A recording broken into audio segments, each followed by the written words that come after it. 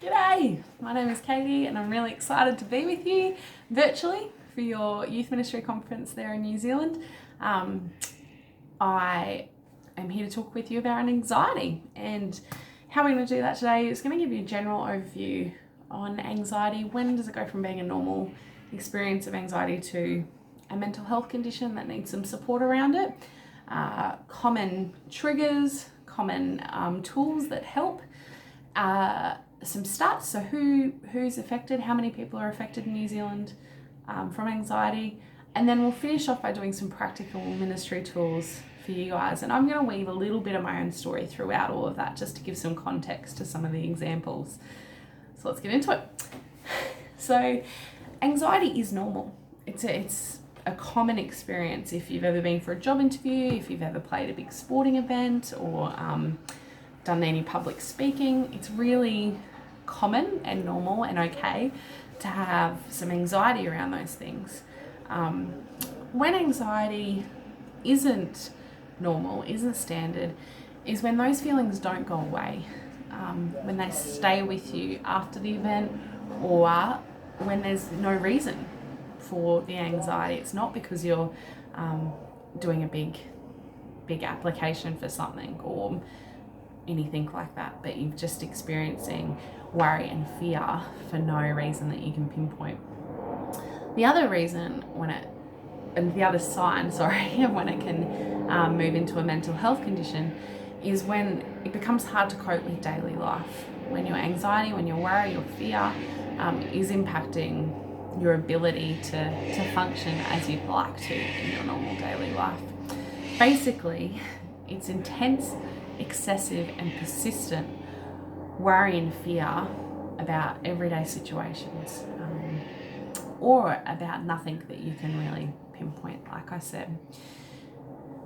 The difference between anxiety and depression is anxiety is fear, worry, and therefore future focused. We hold our fear and our worry about things that could happen or might happen or are going to happen. Or a consequence of something that has happened, but it's always about what is going to come. So it's future focused. The difference between that and depression is often past focus. So depression is overwhelming sadness that stems from trauma that the individual may or may not be aware of that happened to them, that they experienced, complicated grief, or it can be physiological, it can be a hormonal thing, but it's sadness, which sadness is a responsive emotion. It's not usually a preemptive emotion. Hopefully that makes sense.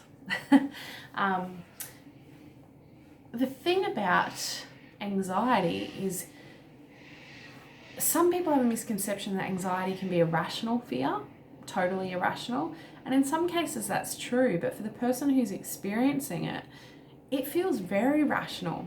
It feels totally possible that what they're worried and fearful about could happen. So an example might be, in Australia, we have snakes. I have a deep fear of snakes. I won't go to Australia Zoo because they have snakes that they walk around and I'm not interested. You can go get your snake photo somewhere else, but I'm not paying the $50 to get scared for a day. Part of my snake fear, my deepest fear that I can name, is that I'll be driving one day and a snake will come up out of the steering wheel and I'll have to deal with it. I'm probably going to die. That's as far as my thought life goes around that fear, because I'm dead, is what I think. Now that's happened, and it happens, you hear a news story about it about once a year or so. Happened just recently near Brisbane, actually. This is why I loved living in New Zealand so much. No snakes. Now that is a fear of mine. If that fear was anxiety, it would become debilitating. So it would stop me from driving. Now at the moment, that fear, I might think of that fear once every 200 times I drive. So it's there, but it's not debilitating. It's not part of my mental health conditions. But for other people, they will have a fear that can be based on something they've heard that can happen. People, for example, with a fear of flying, they know that things happen on planes, that there's accidents, there's crashes. The difference between a normal fear and something that is anxiety as a mental health condition is that it debilitates. So it would stop someone from flying. It would stop me from driving, for example. Hopefully that makes a little bit of sense. And hopefully it makes sense that the person who's experiencing that fear, for them, it's totally rational. Totally rational. They've got evidence that says that those things can go wrong, which can make it hard for those of us who are supporting people with anxiety. And it's not necessarily helpful for us to just say, well, these are the odds, it's not going to happen. But I'll talk a little bit more about how to practically love and support someone experiencing anxiety going on. Anxiety can also be a physiological response, so a physical, not just psychological response to stimulants. So, for example, coffee, for me, I experience anxiety sometimes. I've got it pretty well managed these days. But there was a stage where I was in a very high stress job, and it was a high stress environment. Not many people were happy. I couldn't just leave my job at home at the end of the day. And it was about a 45-minute drive down south from Brisbane. So what I would do, my daily morning ritual, was I would leave my house, I'd stop at my local coffee shop, get a takeaway coffee, and as I was driving down, I would drink it. By the time I'd get to work, I was 4 days out of 5 having active panic attacks. It wasn't until I read something about caffeine being a stimulant for anxiety that I went, I wonder if that'll make a difference. I'm in a high stress environment that's causing me to be anxious, but I wonder if cutting out that coffee will make a difference. It made a huge difference for me. So just cutting out the coffee meant I wasn't having panic attacks. I was still experiencing anxiety. That was extreme in the workplace, but the panic attacks stopped. So for some people, coffee can make them anxious for no reason. It can just be a physiological thing now. Now I don't have much stress in my life. It's pretty cool, calm and free. But I know if I have coffee, I'll experience anxiety, and I'll most of the time, if I have coffee, I'll have a panic attack. No reason anymore. So unfortunately, I'd have to give up my beloved coffee. Other things that can stimulate anxiety physiologically, alcohol is a big one. If you're someone who experiences anxiety, try limiting your alcohol, particularly not having your alcohol with caffeine, so your Coke mixes and things like that. Hopefully this isn't a tip for you young people, it's a tip for you guys. But that can really stimulate anxiety. Sugar.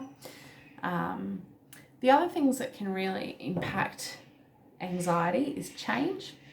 Now again, when we talk about normal anxiety and when anxiety moves into a health condition, mental health condition, it's normal to experience anxiety around change if, say, there's a family breakup, or you're moving schools, or you're finishing school and moving into the next stage of your life. Some worry and fear around how all that's going to work out is normal. What's not normal is when that debilitates, when that gets fixated on and becomes overwhelming to the point where you stop functioning. That's where we need some support. The other thing that can impact anxiety is decision fatigue. You may or may not have heard about this. I won't go into it too much, but there's some great TED Talks if you look into decision fatigue. It's basically what it sounds like. It's when you're making so many decisions that you become fatigued by that. And some people become anxious because they're making so many decisions, they don't feel like they're making quality decisions, well thought out decisions.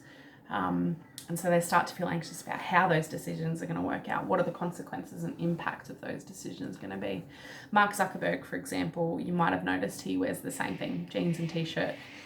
And he talks about that's because he makes so many high impact decisions in his day that the one he doesn't want to have to make is what to wear. So he eliminates that decision. For our youth ministers, for our clergy, making a lot of decisions. So you might want to look into this a little bit more and look at how you can limit the decisions you have to make in a day, so that you can eliminate some of the possibility of anxiety around that and decision fatigue. But like I said, there's some great resources. Just Google decision fatigue. You could get lost for hours. I did. So the other final main trigger I want to speak about for anxiety, there are others than what I've talked about. This is a short snapshot. But the main one is trauma. So an example that I can think about with this is with our young people who have grown up in families that experience domestic violence. So one day I was at a school with my team back in Australia when I was doing youth ministry here, and we were running that Priest of the Parish game. Lots of yelling, it's loud, there's movement. And I noticed almost straight away as we started with the yelling, there was a kid who cried and left the room, and I went and spoke to the teacher and I said, can you go after this student? I'm just seeing they're upset. And she goes, I wondered how they'd cope with the yelling. The student had come from a family with domestic violence and yelling was a big trigger. The teacher said that in their classroom they don't yell, they don't raise their voices because they know it could trigger the student. That was really useful for me to know. So from then on, when I'd go into schools, I would say to the teachers, we're going to play this game that involves yelling. Do you know of any of your students who might come from domestic violence homes where yelling can remind them of that trauma? We just want to care for them and we won't play that game if you think that's the case. Most of the time they say, nah, you're good to go. But there's been a couple of times where they said, actually, yeah, maybe pick another game. We do, no problem. What's that called though? Because obviously for this student, in that situation, they were safe. There wasn't going to be an experience of domestic violence trauma in that game, but it triggered the memory it triggered the fear response from the yelling. What they call that is operant conditioning theory, where a condition, so in that instance, the yelling, leads to a learned response, which is fear for this student. So trauma can do that. Another example that I can think of is I'd moved home from Christchurch by the time the earthquakes happened.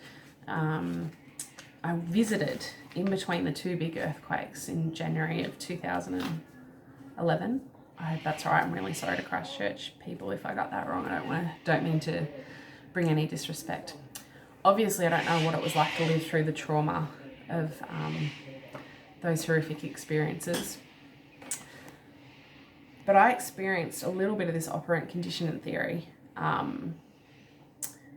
just from experiencing some of the smaller tremors that happened in that time I was over there. I hadn't experienced an earthquake before. We don't get them in Brisbane. We're not on a fault line. But the sound to me when I was hearing it over there, that rumble, that like a wheelie bin being pulled down the gravel on bitumen, and the not knowing, I remember being with my friends, they're like, oh, we don't, just, get safe. And the not knowing of how big that was going to be, but just that rumble and that fear response then of, oh, what's going to happen now? I was only there for, I think, a week that time, and might have experienced 3 of those tremors. So nothing compared to what the people of Christchurch and other places in New Zealand have experienced earthquakes have gone through. When I came home, for about 2 months, every time I'd hear a wheelie bin or a plane taking off, it triggered that fear response in me. So the condition of that noise triggered a fear response. I'm going, what's going to happen now? So we might be doing something with our young people and we might be like, why are they responding? Why are they so scared? We have no clue what they've gone through and what has been triggered in them out of that conditioning. But we need to honour and respect that, and we need to be mindful and careful. If our young people are acting scared, even if we can't perceive a real reason for that, we need to honour and care for them, and validate that fear and support them in that. Not validate in pandering, but in loving and caring for them in that. I hope that makes sense. I'm going to put my email here if you've got any more questions about anything we talk about. But that might have a few questions because it's a psychological theory that I've just tried to cover in 5 minutes. Things that help now. So things that help. Breath work helps, and there's a real physical reason why this happens. If you experience a panic attack, so where your anxiety has become so overwhelming, what happens is your body goes into fight or flight mode and starts to shut down its resources that it doesn't deem necessary to survive. So you've got a worry or a fear that's become so extreme that your body shuts down everything that it doesn't need to survive. When people talk about feeling nauseous or sick when they're anxious, that is when they're in fight or flight. Your stomach acid is one of those systems that your body thinks it doesn't need. So your stomach acid stops working. That's why people feel nauseous or feel like they're going to be sick. It's a very real thing. The other system, funnily enough, that your body thinks it doesn't need to survive is its respiratory system. So most of the time we breathe normally without thinking about it, in and out. When we go into fight or flight, we get the shortness of breath. We feel like we can't breathe. We get the pain in the chest because the respiratory system and the blood flow starts slowing down. So one of the best tools we can do if we're in an active panic attack, if you're on a camp and a kid has a panic attack, this sounds so lame, but it's the best tool you can do in that heat of the moment until you can get more support, is to do the 4-6-8 method. So it's where you breathe in for 4 counts, you hold it for 6, and you breathe out for 8. And you actually need to count that. A couple of reasons why this works. One, you're focusing on your breath and you're getting you're forcing your respiratory system, consciously getting your respiratory system moving. 2 is your thought patterns that are spiraling out of control. You're distracting that thought life by counting. It's really actually hard to focus on your counting and your breath work and to still focus on the stimulus or the fear or the worry. That's why also they do 4-6-8, not 4-4-4, because you've actually got to think every time. Hang on, now I'm counting 4, now I'm holding for 6 and counting 6, now I'm going out for 8. Sounds lame, really works. Something that works for me long term with my mental health, with both depression and anxiety for me, is that I keep a gratitude diary. So again, I know it sounds lame. I've been doing this for 2 years and I can't tell you how much of a difference this makes. That no matter how good, bad, average my mental health is on any given day, that at the end of the day, I can write down 3 things that I'm grateful for. That shifts my mindset to a growth mindset. And what I'm saying is, like, I see God's goodness in my life. I acknowledge goodness in my life. Even when stuff, you're not denying that stuff can be hard, but you're acknowledging the goodness, and that takes away the overwhelm, the feeling like everything's crap, to, well, at least those 3 things weren't crap today. And you know what? Out of the whole 2 years I've been doing this, I think only once I've had such a bad day that I've had to write down, I've got a bed to sleep in and a roof over my head. There's always more than that. The research around gratitude is phenomenal about the physiological effects of gratitude on our lives, about what it does to the brain. Very simple way to maintain good mental health. It might be something you want to do with your young people as an activity, is to go through with them, keep a gratitude journal with them and ask them all to share 2 things from their gratitude journal in their small group or something like that. But it can be a good tool. 1, for them to have accountability and starting to practice gratitude. And 2, is a beautiful, positive way to connect with your young people and sharing about the good things that are happening in your lives. Okay. I'll continue now with just a few stats, just so you get the context of New Zealand. Now, I've taken these statistics from the New Zealand Health Survey, which was done 2017, 2018. And the first thing I noticed was that your statistics are much different to Australia. There's a couple of reasons why that might be. So in New Zealand, in any given year, they say 1 in 6 may be diagnosed with a mental health condition. 1 in 6 with any mental health condition. That's high. It's lower than it is in Australia, perhaps because of the family support and nature. There's some good protective factors that a lot of New Zealand have access to. And family culture. But it's still high. 1 in 6 is massive. If you've got a youth group of 18, you're looking at potentially 3. It's massive, absolutely massive. 9% of people who completed the survey had experienced psychological distress in the last 4 weeks. So almost 1 in 10 had been distressed by their psychological health in the last 4 weeks. Something that had happened. Again, that's significant. It's not small. 18 to 24 is the most common age group to experience mental health conditions. There's a number of reasons for that, but this is your demographic. This is your young people. This is your youth leaders. This is your past young people. Part of it is transitioning out of the safety of community of school into having to find their own community if they don't have a strong family. The beauty of what you guys are doing is you're creating that community. You're actively working to create a healthy community that your young people can transition into youth ministry leadership, and that's a great protective factor. The other reason is experimenting with alcohol and drugs, massive effect on mental health, those 2 things. And finally, relationships, so grief and trauma from relationship breakdown. And anxiety over the future, they've got to start making decisions about what they're going to do day to day. It's not told for them. But this is the scary category, 18 to 24. It's where we need to be most vigilant, most care for people. So it's not just young people, that's your young youth leaders and your volunteers as well. Again, quite often people experience a combination of mental health conditions at once between depression and anxiety, and I'm not sure if I said this earlier, but the tough thing about that is they've got different treatment methods. So that's tricky. And what that means is it's not a quick fix. You don't go to your GP and the next week you're fine. These things take time. So when we're supporting people with mental health conditions, we need to be patient in our journeying with them. We need to know that we're not there just for the how you going once chat. It's the how you're going continually for months, perhaps years chat. It's being practical love and support for them, more than just a once off.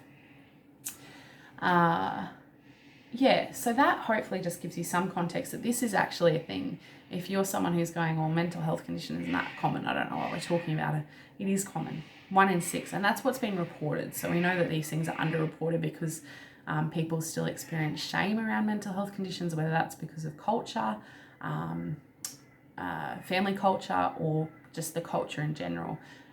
There's been some really good work done with Are You OK Day over in Australia. I'm not sure if you have that in New Zealand, but just try and normalise the language of saying, hey, you doing all right? Like, how's your mental health?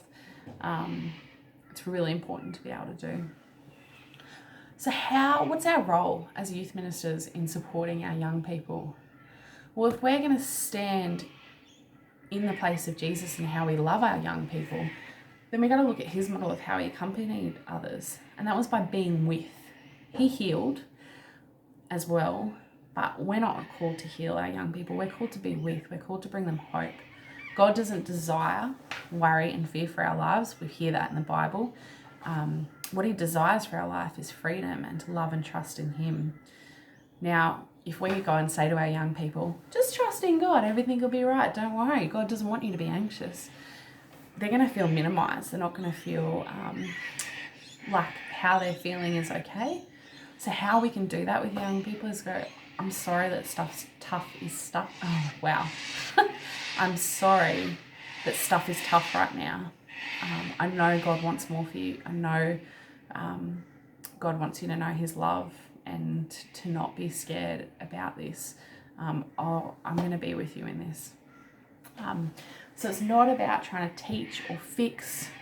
We definitely don't want to do anything that'll bring shame into their experience of mental health conditions. It's about loving alongside and to surrendering them to God. That's important for them. They're the hero of their own story. You can't take them over for them. But it's also important for you to trust that God's got them. Like, this isn't about you and you being the healer. This is about you entrusting them to God and being alongside them. Your role is like John the Beloved with Mary and her grief at the cross. He can't take Jesus down from that cross. He can't take away Mary's pain, but he's there, and he comforts and he loves and he commits to be there in the long term, and to support Mary and take her into his home. That's our role. It's just that long-term support. So the other thing that needs to happen is refer. Like I said, you can't heal, you can't fix. Refer to GPs. Make sure parents know that their kids are struggling. I'll get Camilla to post the Lifeline details at the bottom of this talk as well. I think it's 0800 Lifeline. There's also a text line that you can give your young people. You do not need to be on call for your young people 24/7, but you can give them the tools so they have support 24/7. And that can be those Lifeline numbers and the text numbers, but you need to self-care in that as well. I've tried to cover a lot in 25 minutes, and I definitely can't do it justice. But I've told Camille that my email can be available, and I'd love to be able to talk to you if you've got any questions, you want me to clarify, you want me to go into anything more, or if you've got a young person who you know might need support. But I'm going to have to leave it there. So God bless you, your ministry and your conference, and please take care of your mental health as well as be mindful of those who are in your ministry to care for them. All right. God bless. Bye.